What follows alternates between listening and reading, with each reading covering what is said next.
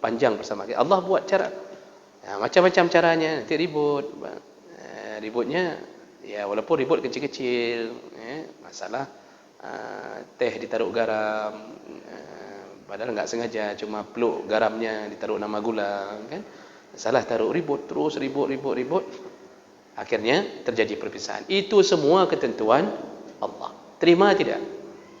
Atau kita mau menjadi mughis yang terus-terusan memimpikan dia, terus-terusan mencari tahu, membuka Facebooknya, update status, di manakah engkau wahai rembulan? Bangai. Itu tidak terima ketentuan Allah. Kalau sudah selesai, sudah. Hidup, kalau kata orang Pak, disuruh move on. Disuruh maju ke depan. Jangan berfikir lagi semua ketentuan Allah telah berlaku. Mudah sekali, Masya Allah, tinggal cari isteri lain yang lebih cantik, lebih kaya, lebih segala-galanya. Selesai urusan. Itu semua takdir Allah ke atas kita. Assalamualaikum warahmatullahi wabarakatuh. Banyak sekali pertanyaan jamaah, Ustadz kasih kami channel untuk kajian anak-anak muda. Di antara anak muda berasal dari Aceh, luar biasa, channelnya Maulizul Akbar Nat. Tonton, subscribe, like, share, komen. Assalamualaikum warahmatullahi wabarakatuh.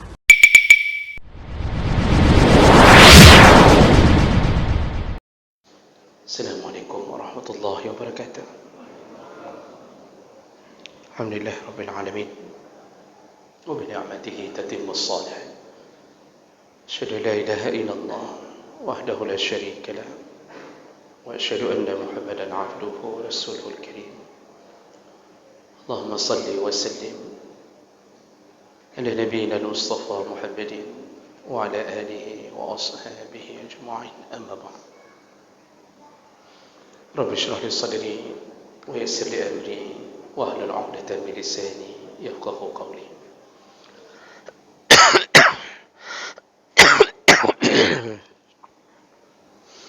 Segala puji bagi Allah, kemudian salawat dan salam pada Rasulullah, pada keluarga dan seluruh sahabat-sahabatnya. Ya Allah, muliakan bapak-bapak dan ibu-ibu yang telah datang melakukan ketaatan, dan mudah-mudahan Allah balas dengan surga-Nya insya-Allah.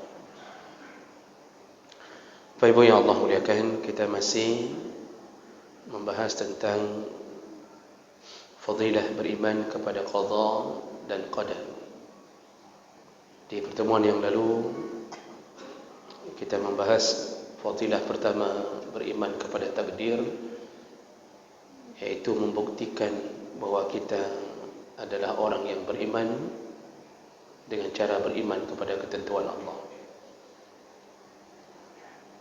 Dan kita sudah bacakan hadis, walaupun kita beramal saleh dengan bersedekah emas sebesar gunung Uhud, maka sungguh kalau kita tidak beriman kepada takdir, Allah tidak akan terima amal saleh yang sebesar itu. Kita sudah jelaskan, maksudnya adalah kita harus sadar bahwa kemampuan kita bersedekah itu karena izin Allah, karena takdir dari Allah, bukan karena kemampuan kita. Jadi Allah mengizinkan kita untuk melakukan itu. Jadi jangan merasa bahwa kita telah melakukan kebaikan dengan pilihan kita sendiri. Tidak. Pilihan itu adalah ilmu dan akal, atau akal yang berbuah ilmu. Tapi yang mengizinkan terjadinya kebaikan adalah takdir Allah. Karena seseorang banyak yang menginginkan untuk berbuat amal saleh, tapi tidak diizinkan Allah, maka tidak terjadi amal saleh itu. Baik, itu fadilah pertama. Berarti menjadi bahagian bukti iman. Tidak akan beriman orang yang tidak beriman kepada takdir Allah. Kita lanjutkan fadilah yang berikutnya, yaitu dengan beriman kepada takdir maka memunculkan atau menimbulkan sifat sabar dan tawakal di atas semua ketentuan Allah. Jadi orang-orang yang memulangkan semua urusan kepada Allah, maka dia akan merasa tenang hatinya di saat menerima apapun yang telah Allah tentukan dalam perjalanan hidupnya. Dia akan bersabar di atas semua musibah dan ujian Allah. Dia akan tawakal setelah dia berikhtiar, walaupun hasil ikhtiarnya bisa sesuai dengan harapannya atau tidak sesuai dengan harapannya. Kalau beriman kepada takdir, ternyata yang dia ikhtiarkan tidak sesuai dengan keinginan hatinya, dia tetap terima, karena dia tahu itu adalah pilihan Allah yang terbaik untuknya. Jadi sifat ini muncul karena kita berada di posisi tahu diri bahwa kita ini di dalam ketentuan yang telah Allah tetapkan. Allah Subhanahu wa taala menyebutkan dalam surat Al-Hajj ayat 70, kata Allah, alam ta'lam anna Allah ya'lamu ma fis sama' wal ard. Apakah engkau tidak tahu, kata Allah, tidakkah engkau mengetahui bahwa Allah telah mengetahui semua yang terjadi di langit dan di bumi. Inna zalika fi kitab, inna zalika 'ala Allah yasir. Sesungguhnya semua kejadian telah tertulis di dalam kitab, artinya Lauhul Mahfuz, dan semua kejadian itu sungguh mudah bagi Allah untuk menetapkannya. Jadi semua yang terjadi di lorong-lorong sempit, lorong-lorong gelap di antara langit dan bumi, di langit dan bumi dan di antara keduanya, semuanya adalah sepengetahuan Allah dan seizin Allah. Semua. Kita dibegal dalam kegelapan, itu izin Allah. Karena kalau Allah tidak izinkan, tidak akan terjadi pembegalan dan perampokan itu terhadap kita. Namun kita bisa memohon untuk Allah pindahkan takdir itu. Artinya Allah bisa hilangkan takdir yang buruk itu kepada kita. Makanya Nabi suruh berdoa. Ketika melakukan perjalanan, Nabi suruh berdoa, keluar dari rumah ucapkan bismillahi tawakkaltu ala Allah la haula wa la quwwata illa billah. Ya, dengan doa tawakal itu, maka kita serahkan urusan kepada Allah, lalu Allah melindungi dari semua yang telah ditakdirkannya, bisa Allah hilangkan melalui doa. Makanya ketika orang membaca doa itu, Rasulullah mengatakan syaitan yang mengiringi kita, qarin, itu mengatakan kepada pasukan-pasukannya bahwa orang ini telah dilindungi, diberi hidayah dan dicukupkan. Jadi dengan doa itu, ketika terucap, malaikat lebih dahulu mengucapkan orang ini telah dilindungi, diberi hidayah dan dicukupkan semua urusannya. 3 perkara diberi oleh Allah dengan doa itu, doa tawakal kepada Allah itu. Maka syaitan memberitahu kepada semua pasukannya bahwa bagaimana kita bisa menjatuhkan orang ini yang telah diberi perlindungan, diberi hidayah, diberi kecukupan dalam urusannya. Bagaimana kita bisa menjatuhkannya? Ini salah satu daripada fungsi doa, yaitu bisa mengubah takdir yang muallaq. Jadi jemaah melakukan Allah, semua yang terjadi itu ditimpakan dasar izin Allah. Kalaupun setelah kita baca doa itu terjadi juga, maka Allah punya maksud di balik kejadian. Allah menginginkan sesuatu di balik kejadian. Kita sudah mohon perlindungan, terjadi juga, dirampok di tengah jalan. ada sesuatu yang Allah inginkan di balik itu. Dan itu kita tidak bisa menebak-nebaknya. Rasulullah juga menasihati ketika mendatangi satu tempat yang asing bagi kita, atau nginap di satu hotel, di wisma, di tempat wisata yang mungkin baru pertama sekali kita kunjung, atau itu rumah sewa atau apapun, atau rumah singgah. Apa kata Nabi? Bacalah kalimah-kalimah yang kita memohon perlindungan. Contohnya kata Nabi, bacalah Bismillahilladzi la yadurru ma'asmihi syai'un fil ardi wala fis sama' wa huwas sami'ul alim. Dengan nama Allah, tidak ada makhluknya yang berada di langit dan di bumi yang akan bisa memudaratkan kita. Jadi itu doa yang juga bisa menolak sesuatu yang telah ditakdirkan, takdir buruk kepada kita. Jadi semua yang bisa menghilangkan takdir itu hanya Allah. Dengan kita merendahkan diri bahawa kami tidak ada daya, la haula wala quwata, kami tidak ada daya ya Allah kecuali hanya milik-Mu ya Allah. Jadi semakin rendah seorang hamba, semakin tinggi perlindungan Allah kepadanya. Semakin tinggi seorang hamba merasa diri, maka semakin kecil perlindungan Allah terhadapnya.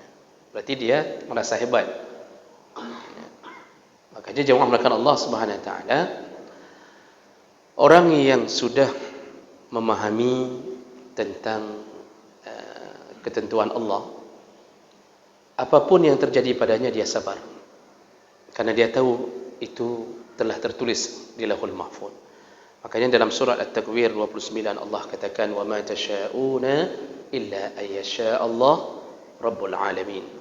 Apa yang engkau kehendaki, iaitu menempuh jalan sesuatu, maka itu adalah bahagian daripada kehendak Allah. Engkau memikirkan menempuh jalan sesuatu, padahal yang engkau tempuh itu adalah kehendak Allah. Begitu kata Allah. Jadi bukan menempuh sesuatu lalu kita berfikir inilah kehebatan saya, inilah pilihan saya. Jadi bagaikan orang dihadapkan antara dua jalan, pilih ini, pilih itu. Semua yang kita pilih tetap kehendak Allah. Namun kemudian kalau kita orang yang bertawakal, maka kita serahkan urusan pada Allah. Ya sudahlah, kita pilih inilah.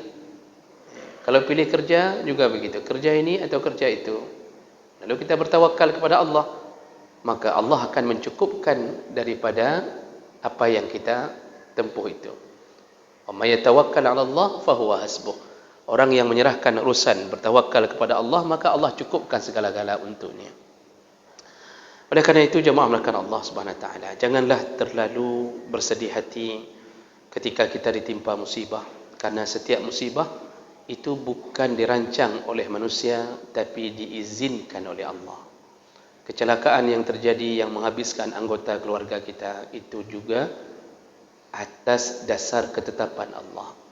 Walaupun kita berusaha banting setir ke kanan, tetap terbanting ke kiri. Kalau itu memang sudah saatnya kita diberi celaka oleh Allah. Namun yang kita harus berfikir, kenapa Allah beri celaka? Ya, yang tahu Allah Subhanahu wa taala. Namun bisa jadi Allah memberi itu dengan berbagai keinginan. Bisa jadi Allah beri celaka, lalu kita sakit, terbaring di rumah sakit berbulan, Allah gugurkan semua dosa. Kalaupun berakhir dengan kematian, maka Nabi pernah mengatakan, orang yang sakit berkepanjangan lalu dijemput dalam keadaan masih sakit, maka dia menghadap Allah dalam keadaan tidak membawa dosa. Ternyata ujungnya Allah sayang pada kita. Seandainya tidak diberi kecelakaan itu, mungkin kita masih sombong, mungkin kita masih nyetir dengan tangan merokok sebelah, tangan di luar, embung mati, naurung salah bacut, daprok laju, langsung berdiri sokah soke, mudah-mudahan bahasa keluarkan kartu, anak katuri kelom, mudah begitu, maka ditabrakkan Allah agar kita menjadi penduduk surga. Jadi mudah-mudahan begitu. Yang sudah diambil Allah, maka cukup pulangkan urusan kepada Allah. Yang belum diambil, bersiap-siaplah untuk menerima semua ujian Allah.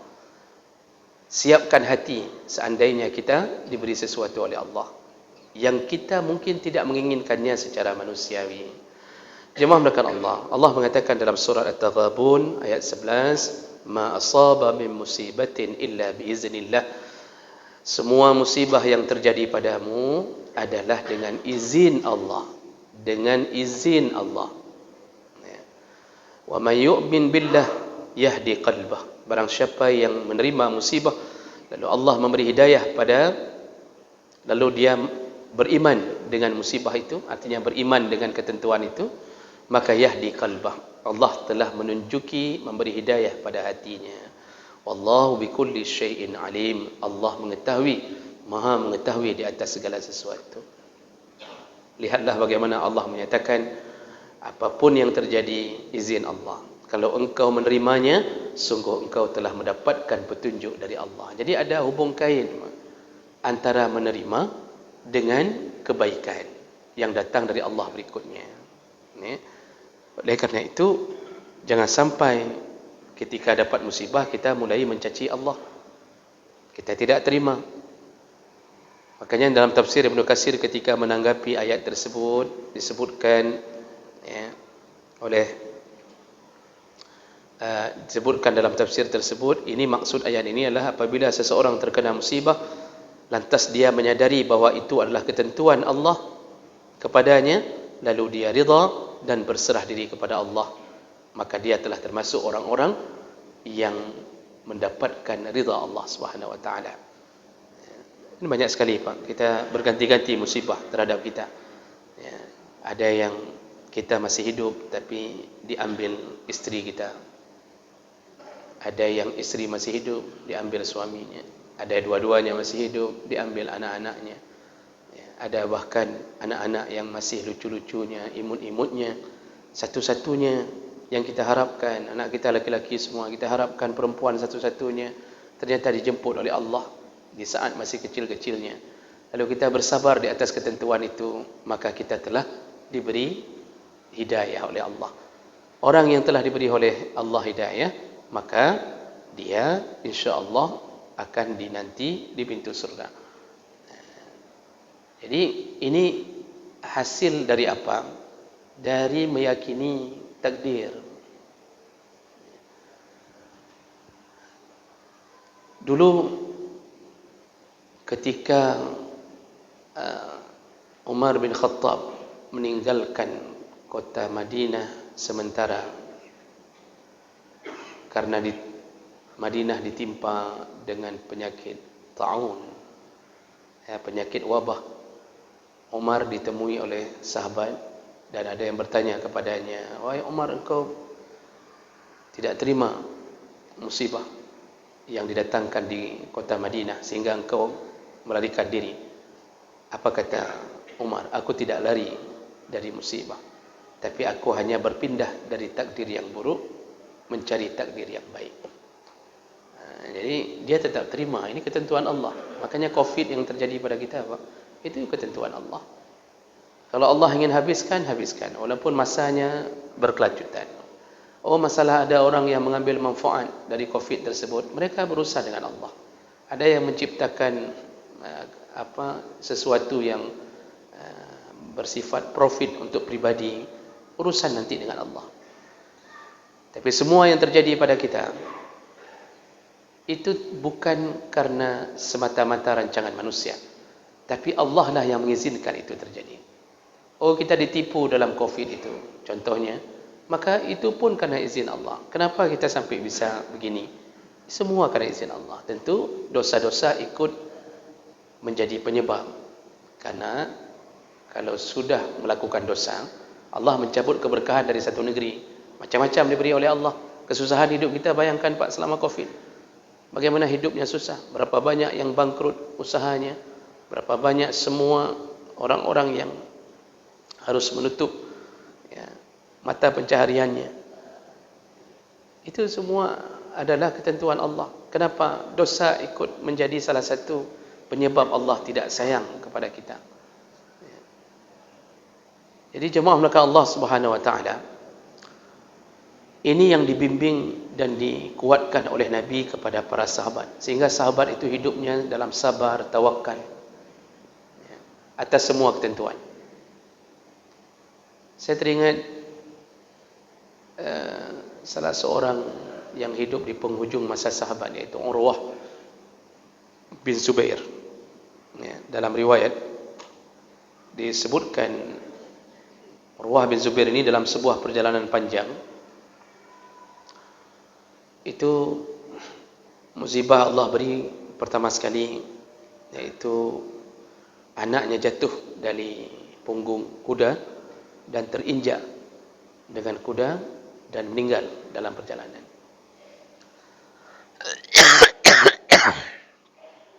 Dia terima,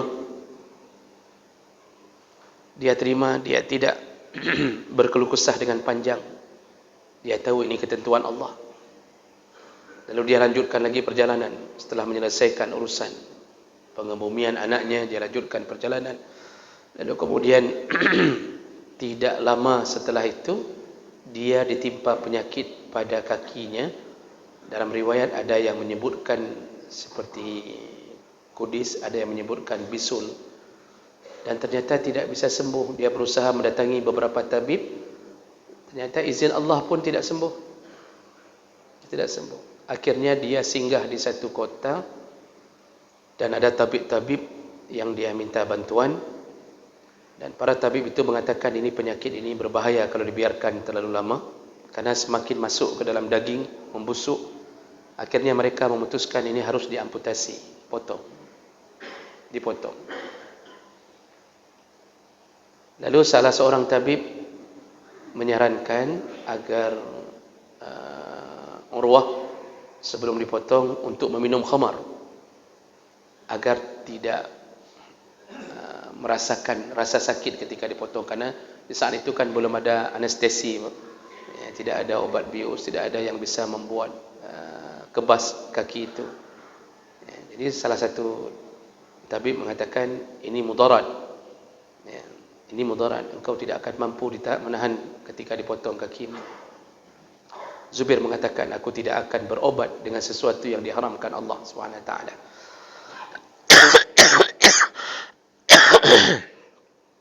Akhirnya karena dia menolak untuk meminum khamar, lalu kemudian akhirnya dia dipotong dalam keadaan sadar. Nah, di tengah-tengah bekerjanya para tabib itu disebutkan Zubair bertakbir, bertasbih terus-terusan sambil berteriak menahan rasa sakit, hampir-hampir pingsan ketika menahan itu. Jadi dipotong dalam keadaan hidup, tapi tasbihnya tidak berhenti.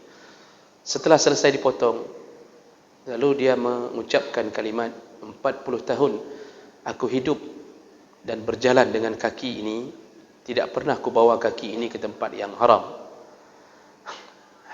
Hari ini Allah telah mengambil sebelah kaki ini, dan segala puji bagi Allah yang telah mengambilnya dalam keadaan kaki itu suci. Artinya tidak pernah 40 tahun hidup bersamanya dalam keadaan membawa ke tempat haram. Begitu kalimatnya. Tidak pernah dia mengeluh kepada tabib, pakan kakoh hakilung, puhana cara lain, puhana nyom, menang ada. Malah dia mengatakan, terima kasih ya Allah, alhamdulillah, segala puji bagi Allah, engkau telah ambil kaki ini dalam keadaan belum pernah bermaksiat kaki ini. Karena dia sadar kaki ini akan ditempelkan kembali oleh Allah di hari kiamat nanti, lalu kaki ini akan bersaksi kemana dia pergi, apa yang dia lakukan. Apakah pergi ke pintu-pintu yang haram, apakah melakukan negosiasi yang sifatnya haram, apakah kita duduk di tempat-tempat yang haram dengan kaki ini. Zubair mengatakan itu, dan dia tahu semua yang terjadi, anaknya meninggal, dipotong kakinya, itu adalah ketentuan Allah. Jadi tidak terlontar dari mulutnya kecuali hal-hal yang baik kepada Allah Subhanahu wa taala. Itu gaya orang ketika sudah tawakal dan sabar di atas ketentuan Allah. Maka kita yang ditimpa penyakit-penyakit yang mungkin dokter akan mengambil kesimpulan ini harus diamputasi, biasanya diabetes, cobalah berfikir, apakah itu keputusan dokter atau keputusan Allah? Ada yang dipotong pertama ibu jarinya di kakinya.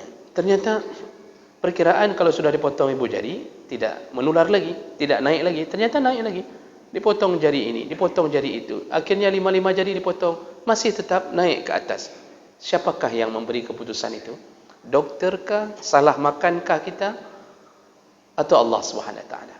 Allah Subhanahu wa taala. Akhirnya dipotong kaki kita. Tetaplah sabar dan tawakal kepada Allah Subhanahu wa taala. Jadi jemaah mulakan Allah, janganlah kita sampai ketika diberi sedikit musibah langsung kita merasa kenapa engkau beri musibah seperti ini. Jangan sedikit diberi batuk tidak semua sembuh langsung mengatakan Allah begini, Allah begitu. Terima saja, Pak. Terima saja. Nanti sembuh sendiri itu. Kalau enggak 3 bulan, 4 bulan, 5 bulan, sembuh sendiri. Jadi jemaah mulakan Allah Subhanahu wa taala, dalam semua urusan itu ketentuan Allah, maka timbul rasa sabar kalau sudah memikirkan ini takdir Allah. Termasuklah dalam urusan jodoh. Jangan sesali dengan orang yang dulu mungkin bukan jodoh kita. Jangan sesali mungkin ada seseorang yang telah mentraktir orang yang dia fikir akan menjadi jodohnya. 20 tahun ditraktir, Pak. Tiap Sabtu Minggu dibelikan bakso, dikirimkan hadiah setiap ulang tahunnya, kemudian tidak putus-putus kalimat macam-macam yang menjadi bukti cintanya. Habis uang sekitar 100 juta 20 tahun untuk mentraktir calon isteri orang. Bangai kan, Pak? Kalau kita kumpulkan 100 juta itu, kita sudah berapa kali kahwin? Berapa lama kita, Masya Allah, ternyata bukan jodoh kita. Subhanallah, terimakah atau tidak? Itu termasuk bahagian takdir Allah. Kita fikir jadi, ternyata tidak jadi. Jemaah mulakan Allah Subhanahu wa taala, dulu budak, ada seorang budak bernama Mughis. Saya lupa Mughis bin apa namanya. Beliau dinikahkan juga dengan budak perempuan oleh Rasulullah, yaitu Barirah. Nama perempuan ini Barirah, sama-sama budak ni, Pak. Barirah ini budaknya Aisyah. Lalu dibebaskan setelah menikah ni, sudah menikah, belum punya anak, tapi sudah lumayan lama menikah. Tidak lama Barirah dimerdekakan oleh Aisyah radhiyallahu anha. Jadi kan statusnya berubah dari budak menjadi merdeka.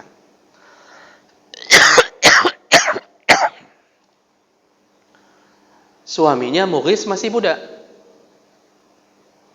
Istrinya dimerdekakan, otomatis telah terjadi pernikahan antara perempuan yang merdeka dengan seorang budak. Dan ini dalam hukum syariat, perempuan merdeka ini diberi khiyar. Diberi khiyar. Mau bercerai dari suaminya atau melanjutkan hidup dengan suaminya. Karena dia sudah merdeka. Maka kemudian Rasulullah memanggil Barirah. Wahai Barirah, engkau telah merdeka, suamimu belum merdeka, masih budak. Sekarang engkau diberi pilihan dalam syariat. Artinya Allah memberi izin. Engkau masih mau hidup dengan Mughis atau engkau ingin berpisah dengannya. Artinya tidak berdosa kalau engkau ingin berpisah, karena engkau telah merdeka.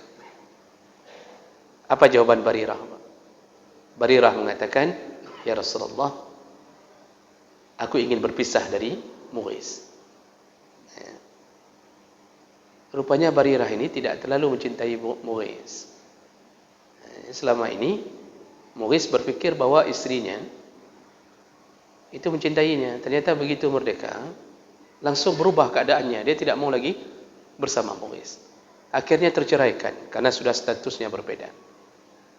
Terceraikan.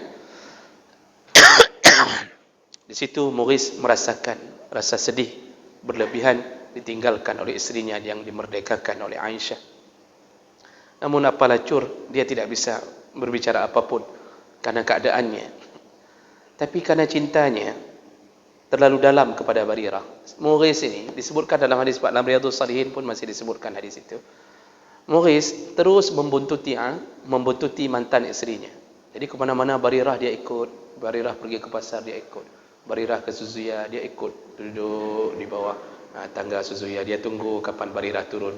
Dia lihat, dia intip Barirah begitu. Dia ikuti terus karena cintanya kepada Barirah. Rasulullah tahu keadaan itu. Lalu kemudian karena keadaan sudah begitu, Mughis enggak bisa melupakan kenangannya bersama Barirah, tapi Barirah tidak mencintai Mughis. Lalu kemudian Rasulullah memanggil Barirah. Setelah melihat keadaan Mughis, kemana-mana Barirah keluar dari rumahnya, diikutinya.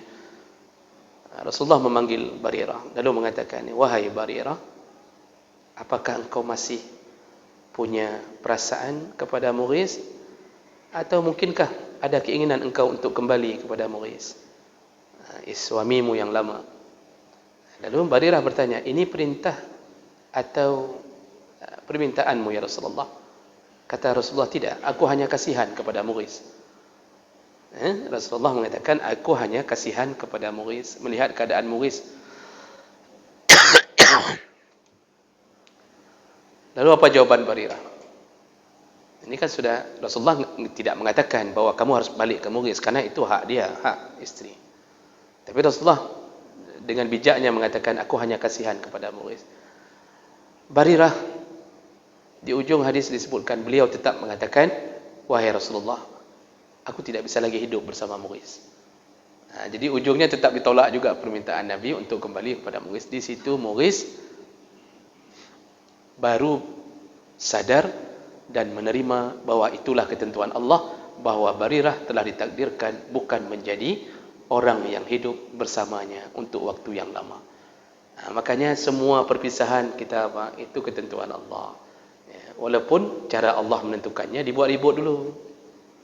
Kadang-kadang kan kita enggak, memang ketentuan kita walaupun sudah beristri, kadang istri itu sebenarnya bukan jodoh yang Allah inginkan untuk hidup panjang bersama kita. Allah buat cara, macam-macam caranya, nanti ribut.